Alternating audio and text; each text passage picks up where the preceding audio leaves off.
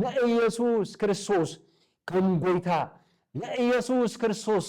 ከም መድኃኒ ንኢየሱስ ክርስቶስ ሕይወተይ ኢልካ ምቕባል ምስ ክርስቶስ ምህላውካ ዘረጋግጽ እዩ ሓድሽ ፍጥረት ማለት ሓድሽ ልቢ ማለት እዩ ክርስቶስ ናብ ሕይወትና ከኣቲ ከሎ እንሆ ልቦናና ይቀይሮ ንስኻ ንስኺ ብርሃን ዓለም ኢና ኣነ ንስኹምን ብርሃን ዓለም ኢና ኣነ ንስኹም ነዛ ምድሪ እዚኣ ጨው ኢና ነዛ ኣልጫ ኮይና ዘላ ዓለም ጣዕሚ ኢና ትሉ ዘላ ዓለም ጨው ምድሪ ክንከውን ክርስቶስ ኢየሱስ ሸይሙና እዩ ውህብቶ መንፈስ ቅዱስ ተዋሂቡና እዩ ሓድሽ ልደት ውሉድ ኣምላኽ ክንከውን ውሉድ ኣምላኽ ክንከውን ከዓ መሰል ተዋሂቡና ነዚ እውን ወረስቲ ኢና ስለዚ ሓድሽ ፍጥረት ከዓ ጌርና እቲ ሕጊ ናይ እግዚአብሔር ከዓ ኣብ ልቦናና ጻሓፎ እዚ ትንቢት ከዓ ፍጻመ ረኸበ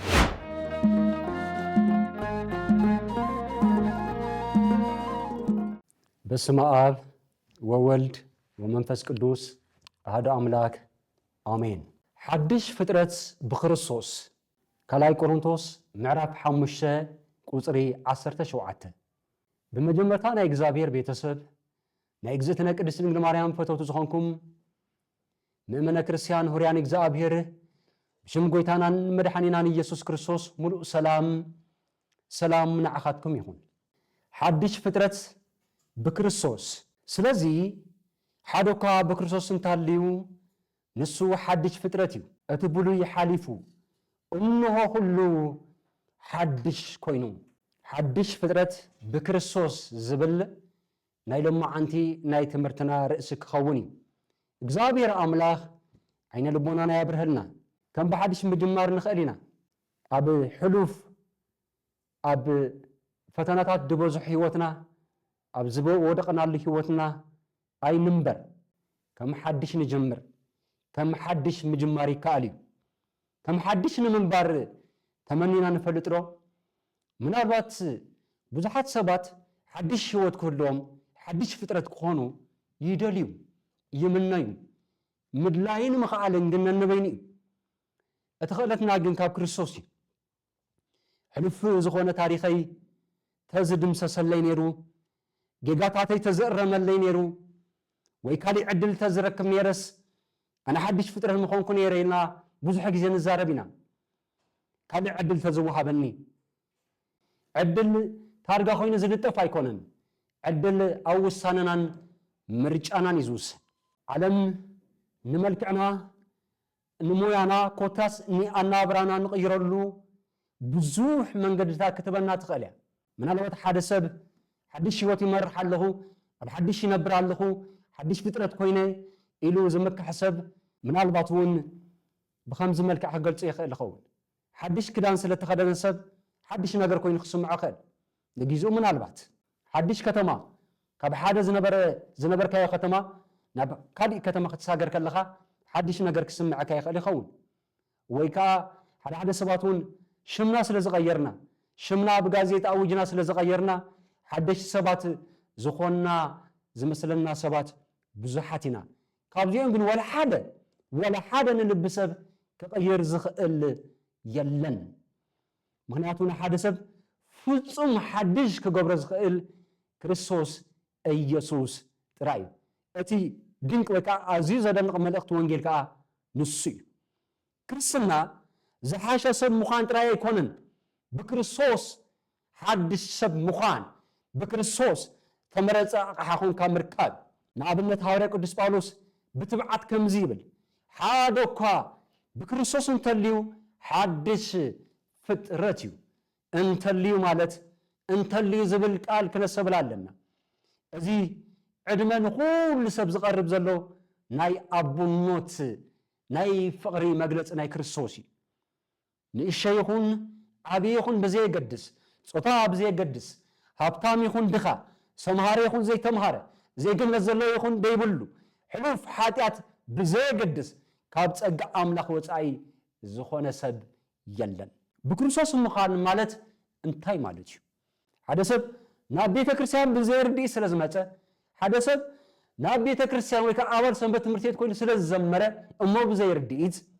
ሓደ ሰብ ኣብ ቅኔ ማህሌት ኮይኑ ስለ ዘመስገነ እንተኾነ ግን ርእሰ ደብሪ ፈሪሑ ብምዃኑ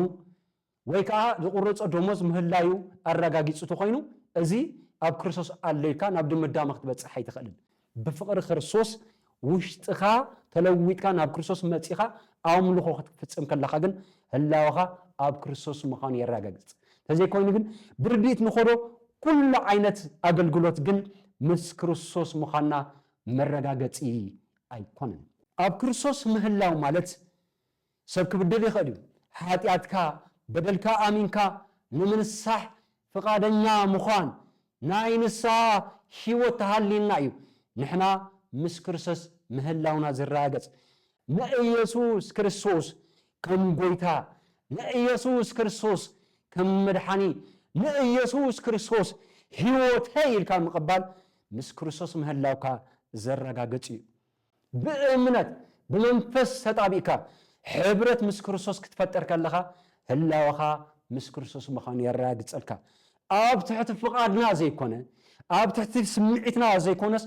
ኣብ ትሕቲ ስልጣን ክርስቶስ ምንባርና ንሕና ምስ ክርስቶስ ምህላውና ዘረጋገጽ እዩ ከም ትጨንፈር ምስ ወይኒ ብምትእስሳር ህይወት ከም ትረክብ ምእመናን እውን ኣብ ክርስቶስ ብምጽናዕ بكريستوس بمؤمن أفقر بمصنع منفسا هيوت نركب بزي كريستوس منفساوي موت الله بكريستوس منبار مش كريستوس منبار جن زل علامي هيوت علنا حدش فترة مالت حدش لبي مالتي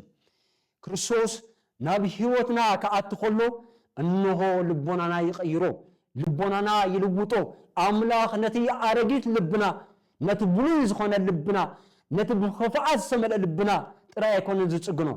حدش لبي زهب أملاخي نايك أدم تبعاس زنبره فقار زخونلو نايك أدم تعبيتنيا زنبره تحوت زخونلو ميستر كريستوس لبونو سلازقيرو اتنايك أدم فرح تبع امان زخونلو اتسسع زنبره لغاز زخونلو اتقدم هيوتو تصلمات زنبره ناب برهان ناب زدنق برهان زمصل ميستر بكريستوس ኢየሱስ زتلوت قلبي ስለዘለዎ እዩ እዚ ከዓ ናይ መንፈስ ቅዱስ ስራሕ ወንጌል ሰባት ካብ ውሽጢ ንደገ ዝልውጥ እዩ ንስኺ ብርሃን ዓለም ኢና ኣነ ንስኹም ብርሃን ዓለም ኢና ኣነ ንስኹም ነዛ ምድሪ እዚኣ ጨው ኢና ነዛ ኣልጫ ኮይና ዘላ ዓለም ጣዕሚ ኢና ትሉ ዘላ ዓለም ጨው ምድሪ ክንከውን ክርስቶስ ኢየሱስ ሸይሙና እዩ እነሆ ክርስቶስ መሲልና ንዑ ወኪልና ብዛ ዓለም ዝኽንነብር አምባሳደር ክርስቶስ ዝገበረና ክርስቶስ ኢየሱስ ንደገ ዝልውጥ አምላኽ አለና ካብ ውሽጥና ዝልውጥ አምላኽ በወንጌል በዚ ቃል እዚ አቢሊ ኣብ ሕዝቅኤል ምዕራፍ 1 ቁጥሪ 19 ክሳብ 20 ከምዚ ይብል ሓድሽ መንፈስ ድማ ኣብ ውሽጥኹም ክሕድረልኩም ካብ ስጋኦም ናይ እምኒ ልቢ ኸውፅእ ናይ ስጋ ልቡን ክህቦም ንሳቶም ህዝበይ ክኾኑ እዮም ኣነ እውን ኣምላኾም ክኸውን እዚ ከዓ ፍጻመ ረኺብ ክርስቶስ ኢየሱስ حدش كدان مسانا مفتصامو حدش وعلي مسانا مفتصامو من قصة أملاك نورسلو وعلي مسانا مفتصامو تراجعتي وهو تو منفس قدوس سواهي بالناي حدش لدات ولد أملاك كنكون ولد أملاك كنكون كا مسل تواهي بالنا نزون ورسينا سلازي حدش فترة كأجيرنا اتحقنا إجزابير كا أو لبونا نتصحفو إذا تنبيت كا فتصام رخبة اتبولي اتعارجيت حاليفو هذا قدوس باولس كم زيبل اتبولي اتعارجيت حالفيو اتعارجيت انتايو نسو دما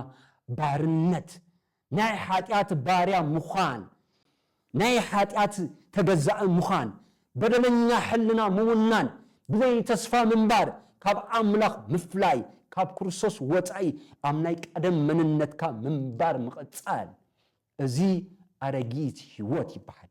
كاب قدسات مصحفتي استرخبو أبنتات كرأ خلنا زكيوس يأخلني زي فلت زنبر السبي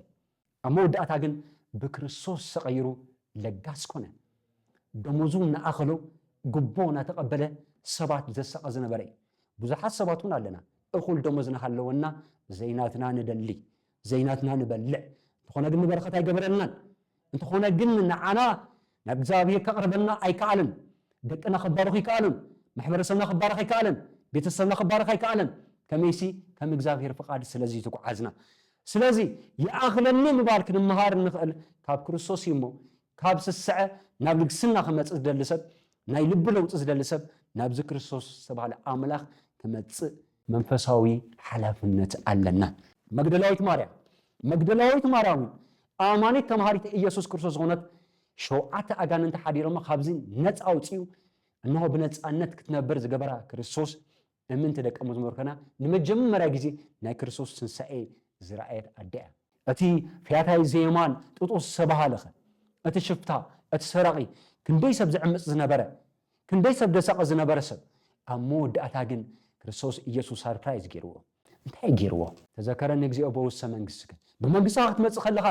ክርስቶስ ተዘከረኒ ምስ በሎ ሎሚ ብሓቂ እብለካ ኣለኹ ኣብ ገነት ምሳእ ኢኻ። ካብዚ ዓብ ሰርፕራይዝ የለን። ዝልውጥ ኣምላኽ ንሕና ኣምላኽ ክንብል ከለና ብምኽንያትን ብምረዳእታን እቲ መሳጎጊ ቤተ ክርስቲያን ዝነበረ ሳውል ናብ ጳውሎስ መንነቱ ቀይሩ ምሩፅ ኣቕሓ ዝገበሮ ክርስቶስ ኢየሱስ እዩ። ሎሚ እውን እዚ ኣምላኽ እዚ ይሰርሕ ኣሎ። ክርስቶስ ቀይርዎም እዩ። ሎሚ እውን እንተኾነ ህይወትና ዝቕይር ኣምላኽ ምናልባት ሕሉፍ ታሪኽና ኣበይ ከም ዝነበርና ከገልፀና ይኽእል ይኸውን። ኣምላኽ ናበይ ከም ዝወስደና ግን ኣይወስነናን እዩ። እነሆ ኩሉ ሓድሽ ኮይኑ ሃዋርያ ቅዱስ ጳውሎስ ሕጂ እውን እነሆ እቲ ሓድሽ መፅዩ እቶም ዝኣመኑ ሓድሽ ፍጥረት ይኾኑ። ሓድሽ ዕላማ፣ ሓድሽ ባህጊ፣ ሓድሽ ተስፋ፣ ሓድሽ መጻኢ፣ ሓድሽ ርክብ ምስ እግዚኣብሔር ይጅምሩ። ምእመናን ንክርስቶስ እዮም ዝነብሩ፣ ንሓጢአት ኣይነብሩን እዮም። ናይ እግዚኣብሔር መንግስቲ ኣብ ህይወቶም ዝተኣወጀ እዩ። ካብ ጸልማት መንግስቲ ኣምሊጦም እዮም። ኣቶም ሰባት ከመይ ዘደንቕ ዜና ይወጀኹም። ብጣዕሚ ዝገርም ሞርቶዖ ሓድሽ ፍጥረት ሰባት ሓድሽ ፍጥረት ከም ዝኾንና ብኸመይ ኢና ንፈልጥ? ብኸመይ ትፈልጥ? ብኸመይ ትፈልጢ? ብኸመይ ኢና ንፈልጥ? ብቓላት ጥራይ ኣይኮነን። ኢየሱስ ክርስቶስ ኦም ፍርያ ከም ትፍለጥ ገሊጹ እዩ። ስለዚ ሓደ ዝተቐየረ ክርስቲያን ከም ዝስዕብ ከርኢ ይጅምር። ኣብ ክንዲ ሙስሊምነት ኮንካ ምርካብ፣ ኣብ ክንዲ ጽልኢ ፍቕሪ፣ ኣብ ክንዲ ሕነ ምፍዳይ ይቕሬታ፣ ኣብ ክንዲ ዘይስነ ምግባር ቅድስና ንጽህና፣ ኣብ ክንዲ ተንኮላ መንኮል ሓቂ፣ ኣብ ክንዲ ዘይምግዳስ ርህራሄ፣ ኣብ ክንዲ ዓመፅ ተኣዛዝነት ሰናይ ግብርና ኣየድሕነናን እዩ። ግና ክርስቶስ ኣብ ውሽጥና ይዓይ ከም ዘሎ እዩ ዘገለጽ። ክርስቶስ ሎሚ እውን ሓድሽ ፍጥረት ይገብር እዩ። ምናልባት ሎሚ እዚ ንሰምዕ ዘለና ሰባት ኣብ ዝኾነ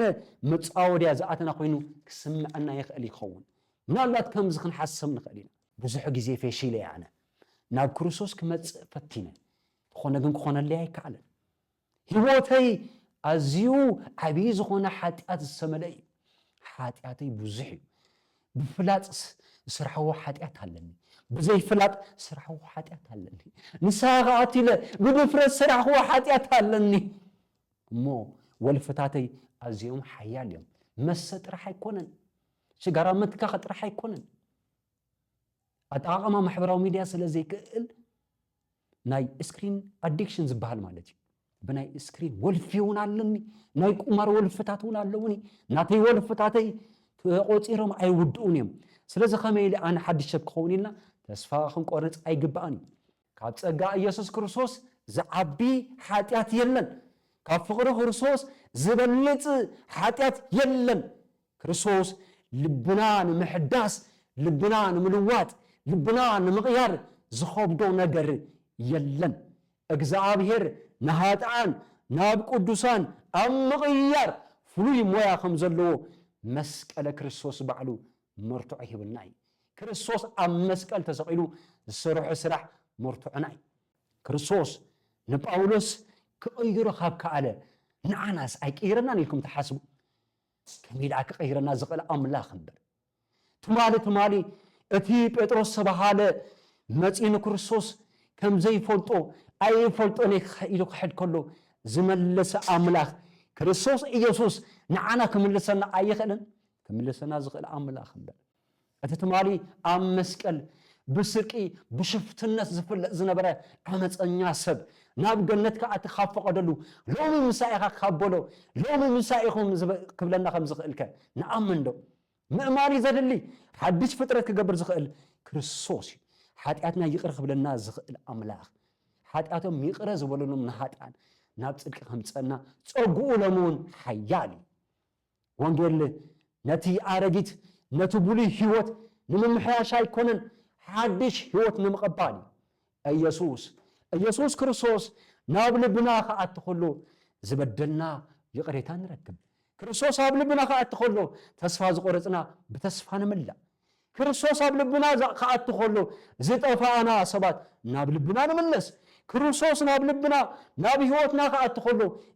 ሞታት ዝነበርና ህይወት ከም ንረክብ ሃጣን ዝነበርና ውሉድ ኣምላኽ ንኾነሉ እቲ ዝዓበየ ተኣምር ዝተቐየረ ህይወት እዩ ሎሚ እውን ክርስቶስ ንሰባት ናብኡ ንኽመፁ ይሓቶም ኣሎ ይሓተክሎ ይሓተካሎ ይሓተናሎ ንኹለና ስለዚ ሕሉፍ ታሪኽና ብዘየገድስ ዕድምኡ ናይ ክርስቶስ ክፍቲ እዩ ኣእዳው ዘርጊሑ ክቐበለና ድልው እዩ ነቲ ናይ ቀደም ቅድስና ዝሃደሞ ህይወትና ንግደፎ ነቲ ኢየሱስ ክርስቶስ ጥራይ ክህቦ ዝኽእል ሓድሽ ህይወት ንቀበል እስኪ ነዞም ሕቶታት ንነብስና ንሕተት ብሓቂ ዲና ኣብ ክርስቶስ ዘለና እስኪ ነብስና ንመርምር ሽምሒዝና ዝጠፋእና ወይስ ዝድሓና ህይወትና ብሓይሊ መንፈስ ቅዱስ ተቐየሩ ድዩ ብመንፈስ ቅዱስ ሓሳብ ድዩ ዝምራሕ ካልኦት መርትዖታት ሓድሽ ፍጥረት ኣባና ይረኣይ ኣለዉ ዶ ክሳብ ሕጂ ኸ ንክርስቶስ ኢየሱስ ንኸይንማርኽ ዝገበረና ኢድና ንኸይንህብ ዝገበረና ዝለመድና የሓጢኣት ዘሸገረና ኣሎ ዶ ክርስቶስ ይቕይረና ዝኽእል ስለዚ ናብ ኢየሱስ ክርስቶስ ንኸይንመፅእ ዝገበረና ዕንቅፋት ዝኾነና ሓጢኣት ተሃልዩ ናብ ኢየሱስ ክርስቶስ ብንስሓ ብእምነት ክንመፅእ ንሱ ከዓ ኣይነፅገናን እዩ ሓጢኣትና ይቕረ ክብለና ንልብና ክሕድሶ ሓድሽ ፍጥረት ክንከውን ዝደሊ ኣምላኽ ዘብቅዕና ኣምላኽ እዩ ስለዚ ሓደ እኳ ብክርስቶስ እንተሃልዩ ንሱ ሓድሽ ፍጥረት እዩ እቲ ብሉይ ሓሊፉ እንሆ ኩሉ ሓድሽ ኮይኑ ሓድሽ ፍጥረት ብክርስቶስ ኣሜን ስብሐት ለእግዚአብሔር